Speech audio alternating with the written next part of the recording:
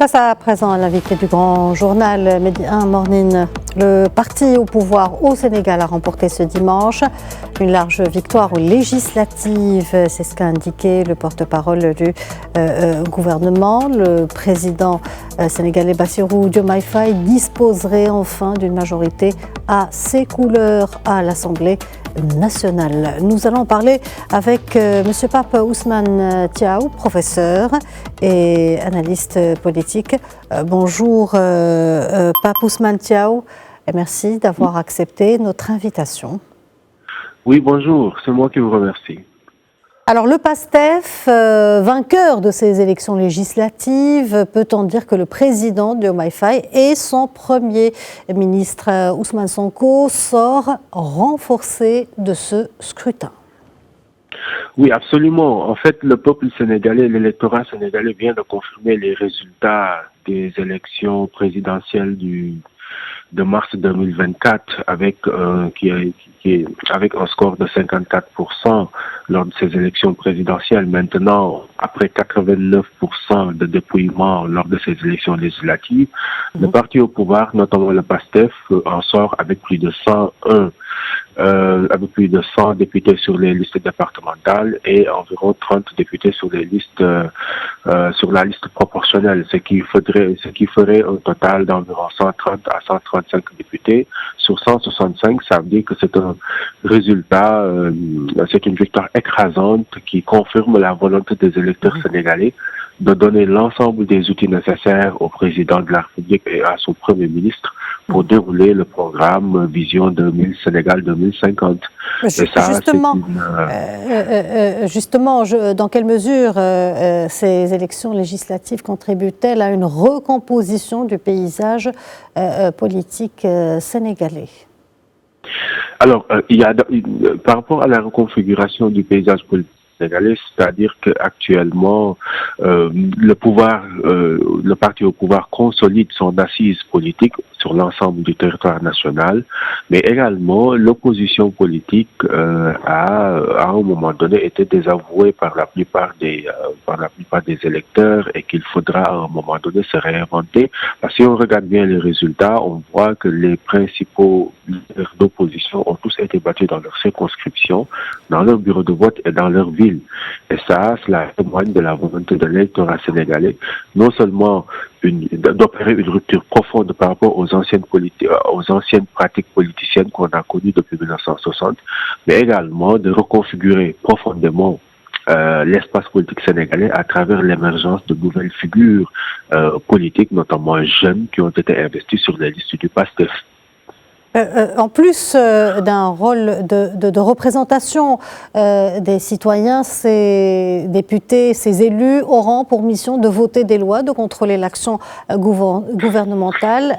Parlant du rôle de ces députés élus dans le nouveau paysage politique sénégalais.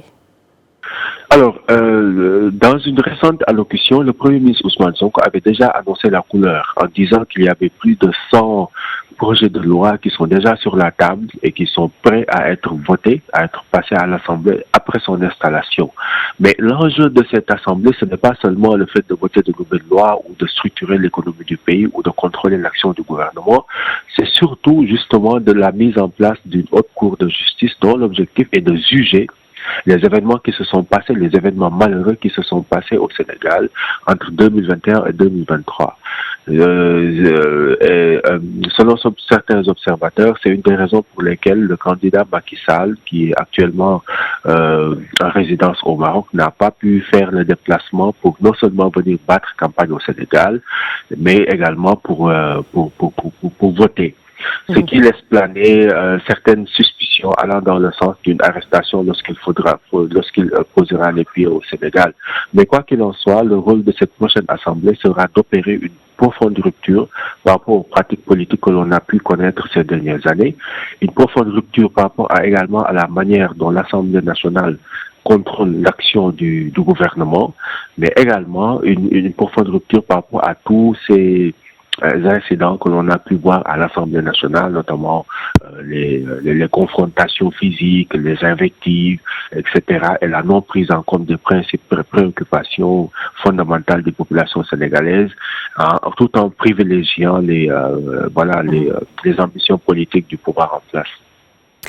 Alors, concernant le déroulement du vote pour garantir la transparence des élections, 1100 observateurs de la société civile ont été déployés à travers le pays. L'élection a été scrutée de près. L'Union européenne, l'Union africaine et la CEDEAO et l'ONU ont également déployé des observateurs. Peut-on dire qu'il s'agissait d'un test pour la démocratie sénégalaise, un premier test sous la présidence de Diomaye Faye?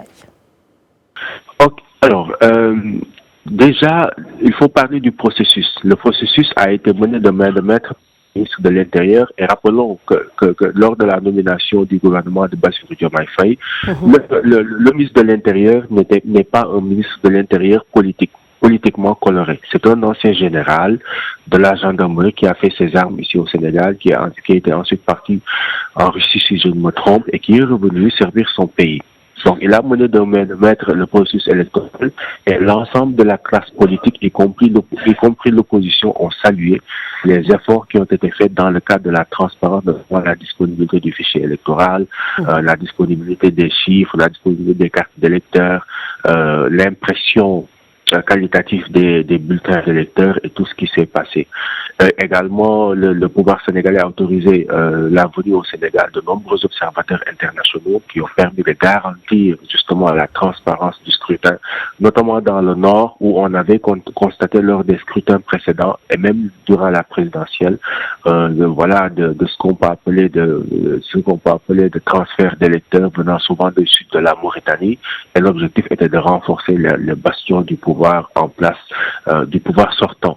Maintenant, selon certains plusieurs observateurs au niveau du Sénégal, il n'y a pas eu ce phénomène cette fois-ci, et c'est ce qui a justement égalisé les rapports de force entre le pouvoir sortant et le PASTEF, qui a eu des résultats honorables au nord du Sénégal.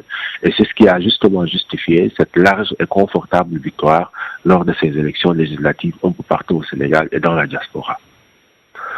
Monsieur Pape Ousmane Thiaw, je vous remercie pour toutes ces précisions. Merci d'avoir répondu à nos questions. Je rappelle que vous êtes professeur et analyste politique.